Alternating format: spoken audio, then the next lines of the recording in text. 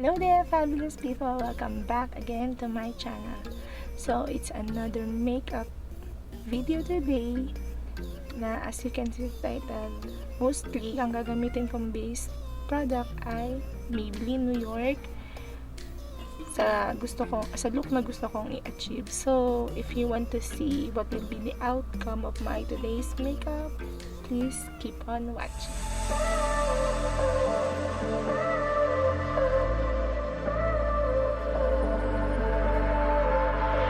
She walks in fury into the night.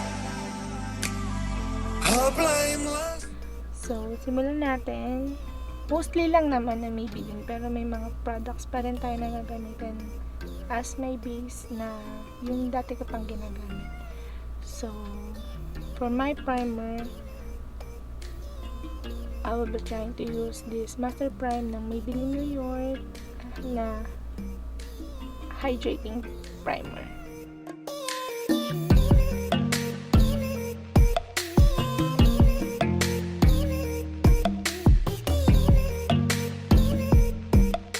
Para mattify yung parte ng T-zone, gagamit tayo nitong Lux Organics na mattifying mist. So, for our foundation, papalitan na natin si hindi naman papalitan. Subok tayo na iba. So, matagal ko nang gusto magkaroon nito. Ngayon ako nakabili. Subukan natin tong bago. Hindi siya bago actually. Matagal na to eh. Subukan natin tong Super Stay foundation ng Maybelline na ngayon ko pa lang siya magagamit. I'm in the shade 128. Warm nude. So, siguro mga shake muna natin. Ilang pump ba?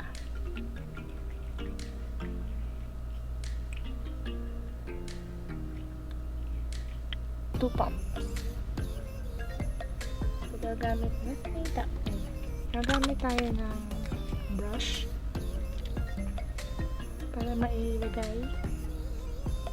Kasama, ito yung brush na kasama dun sa set ng brush na binili ko sa friend ko na si Chris. So, isa siyang makeup professional makeup artist. O may mga ganap kayo, just contact her. I-link ko yung Facebook niya sa description box. Uy.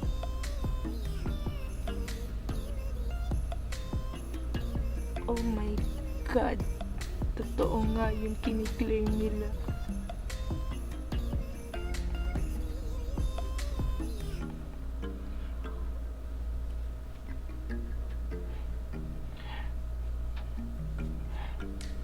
Grabe yung coverage, besh.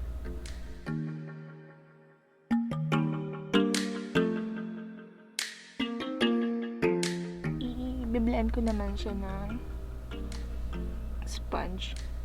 Dumps pa. So, I have a new sponge from Newberry. Product ng tayo.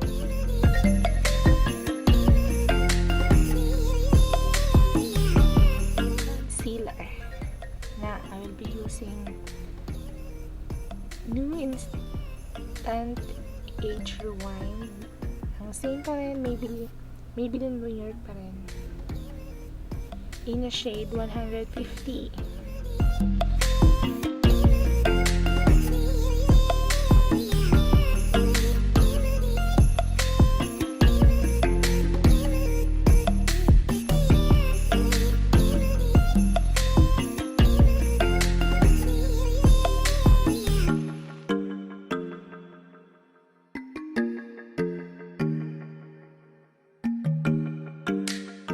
Naman is magbe-bake tayo ng ating mukha, and I will be using Fit Me loose finishing powder ng Maybelline New York in the shade Fair.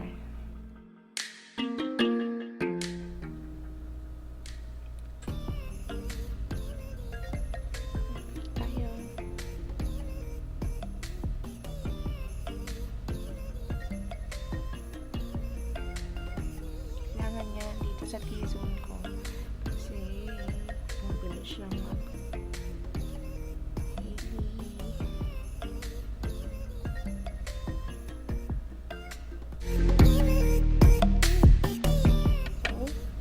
natin ulit yung ating 3502 palette ng Morphe na ginamit ko sa akin last video. And based dun sa video na yun, talaga nagustuhan ko yung palette nito kasi mula kahit hindi pa ako ganun karunong mag-makeup ba, parang pro. Ang yabang. Wala lang, maganda kasi, maganda talaga.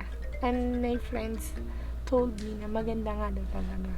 So sabi ko nga, nag-aaral pa lang din talaga ako, pero push pa, kunting push pa.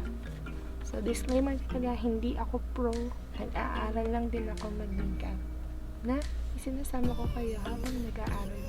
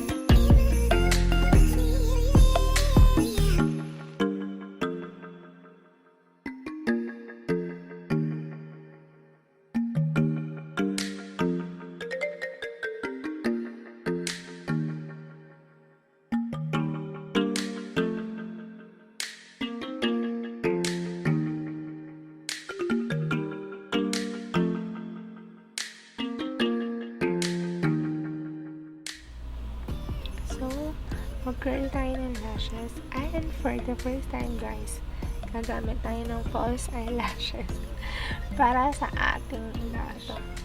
Ito yung gagamitin ko na falsies for today. Hindi ko alam kung bakit ako mag-false eyelashes, pero Kiribels, yeah, parang natural looking na blushes lang yung gagamitin ko. Ayan. So, dito ko lang ito nabili sa Poya.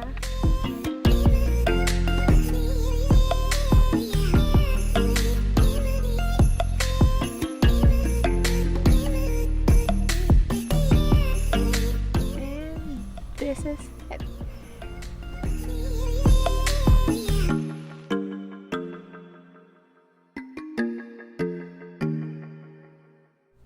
So, there you have it, Douglas people.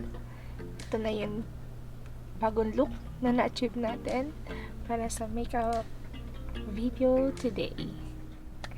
As a reminder, kung bago talaga kayo dito sa channel ko, please don't forget to subscribe, hit that notification bell para maging updated kayo sa mga bago kong uploads. Don't forget to like it and share nyo sa mga kaibigan nyo mas na-inspire sa mga tao nag-aaral lang din mag-makeup. Thank you so much for watching, fabulous people. Until my next video. Bye!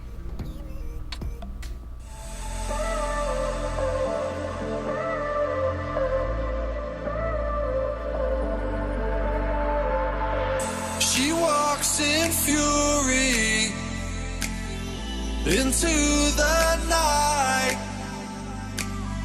Her blameless fires burn.